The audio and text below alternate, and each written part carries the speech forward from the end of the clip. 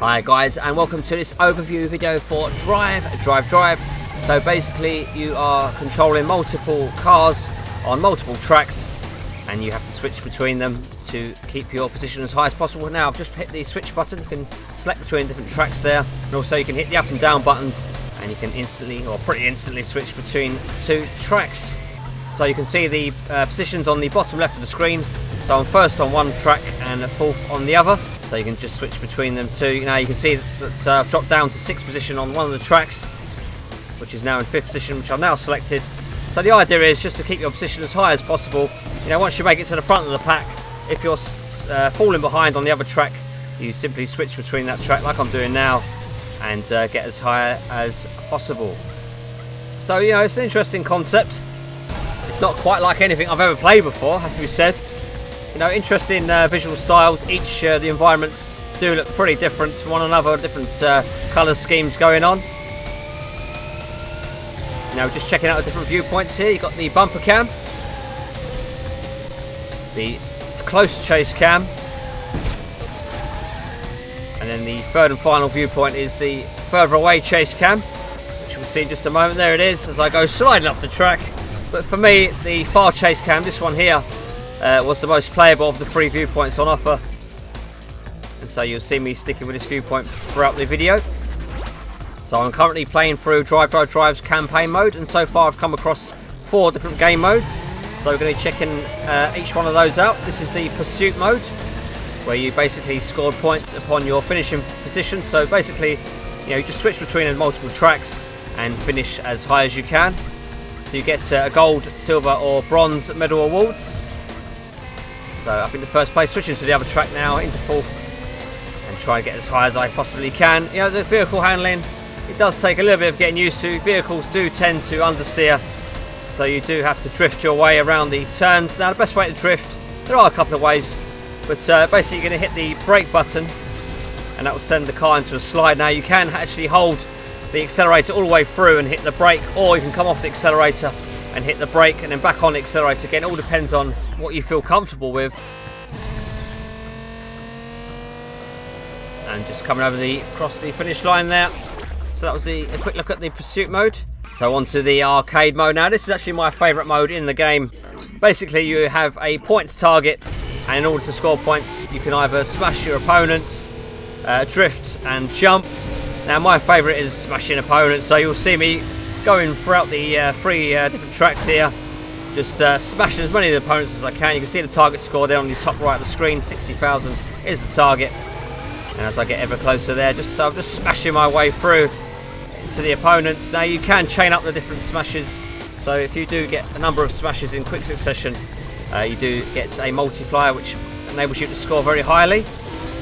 So lots of fun, you know, there's no regard for your position, so you just want to smash into as many opponents as you possibly can before the either yourself or the AI opponent actually finishes the race. So you can notice different parts of the track there with obstacles. Some parts of the track open up, some feature gaps there, as you can see on the left, and I managed to fall through one of those gaps, and you can see here some bumpy surfaces as well. So little things here on the tracks just to sort of mix up the action, which is good to see. It does keep you on your toes. As you can see, I'm up into 80,000 score now, so enough to satisfy the win condition here. So good fun, the arcade mode, as we come across the finish line. So the third mode here is the time trial mode, which basically adds up all the times for the various tracks. In this case we've got 4 tracks with 4 cars, of course, and all the times are added together, and you've got to beat the target time there at the top right of 305 seconds in this particular case. So you'll see me switching between the various tracks and just giving each car a little boost as I go. So just going to be selecting now between the multiple tracks. So starting once again with the bottom track, and I'll just be switching my way up using the quick switch button, the up button. There we go. So you can see different styles of tracks, different colours. Drifting my way through there using the speed boost. Now speed boosts, your speed is replenished upon drifting, crashing and making jumps. So it is like a good idea to crash into opponents when you can, just to build up a bit more boost. I come through this corkscrew, very difficult. So again, like I said earlier, you know, the cars do tend to understeer, so it will take some time to actually master this game. It is a pretty tricky game. So, you know, even though I'm on the 4th environment of 10 on offer, I am finding the game pretty tricky, even on the normal settings, and of course there are more difficult modes. Okay, so the 4th and final mode, as far as I can tell, is the collection mode. So very different again. This time you'll be trying to pick up as many crystals as possible. There you can see the big purple crystals, and you have a preset target, in this case 60 for this particular track, and you'll just see me once again switching between the 3 tracks in this case, and just try and pick up as many crystals as I possibly can.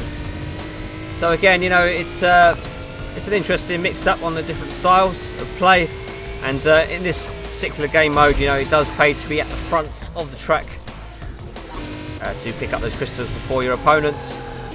So getting the last crystal there, going to be changing up a different track. Now sometimes you do spawn and the car is facing the wrong way, or it's, you know, into a barrier like you saw just there, so it does pay to change very quickly from that track to another. So, you know, there is a bit of thinking involved with this, a bit of strategy, which is good to see. So coming across the finish line then. And again, just coming around the last turn then across the finish line. So that was it for the 4 game modes. So as I mentioned just a moment ago, there are 10 different worlds, each with their own unique styles. And there are also 10 different cars, each with different stats in speed, acceleration, handling, jumping and smashing. And there are a number of team logos which you can unlock just to give yourself some different vinyls there, as you can see. So besides the campaign, Drive does feature a track editor, which you may have seen in our recent preview video. So basically you start off by choosing a theme from 10 on offer, which you unlock throughout the campaign mode, and then it's a case of designing your track from the various pieces there, including straights, bends, loops and jumps. You know, it is simple, but you can make it as complicated as you wish. Depends on how much you want to invest in this particular mode. So just putting various pieces on the board there. Just make sure you got all the different straights and curves in place, so you do join the circuits up. So once you've completed your track, you are now able to position them and duplicate them. So you can also tilt them, rotate to your heart's content, move them up or down. And as you can see here now, I'm just duplicating the tracks, moving them up into position, and just tilting them, rotating them around to I see fit. So the 3rd tier track then. So placing them above each other in each case. Now once you're happy with your design, you can then of course add the scenery, which is generated automatically. You can change between them. You can choose between some preset sceneries. And now once you've done that, of course, there's the matter of test driving your creation. So let's dive into this creation here, which I've just knocked up in a minute or two. So, you know, it is satisfying once you've created your track to then play on it. And I'll be once again changing between the various cars. So we've got 4 different tracks, 4 different cars. And some very interesting sections there with the jumps. Pretty frantic action. They go smashing into the scenery. So, you know, it is a matter of you do have to invest some time on this mode to get it right, because once you know, if you do create a track that's slightly off, you know, you can get some interesting results, as you'll see in just a moment. So coming over this big jump then. Now what happened here is I actually landed on a separate track. That's why it's all in wireframe mode. This was a different track. I wasn't supposed to be here, so yeah, interesting results. Now this is the very top of the track. Now this is what was supposed to happen. I was supposed to go over the jump there, massive jump, and land further down on the same track. So, you know, it's you will find little errors here and there, but it's only because it's your own fault, not a fault in the game. So it will take some mastering if you want to make some really sort of unique and interesting designs there as I go flying over a bit of the scenery. So, you know, no doubt people will come up with some incredible designs. It all depends on how much time you're willing to invest in this, but it's good fun to see your creations come to life as we finish off the track there. Now once you've finished test driving the track, you give it a name, and of course you can save it. Now you can go into the community tracks screen and you can see all the different tracks there, each with a rating. Of course you can change between different difficulties and game modes there, as you can see on the bottom left of the screen. There's also sort and search options to help you find a particular map quicker. So besides the campaign and track generator modes, Drive also features online play. But as the game hasn't released yet, we won't get into that. So we're just going to be playing the action out here with a couple of arcade races where you see me smashing into opponents. I do believe this is the most fun mode in the game. So Drive is currently scheduled to release on December the 13th for the PC and PlayStation 4 platforms. Do let us know in the comments what you make of the game, and if you did find value in the video, we'd appreciate a thumbs up.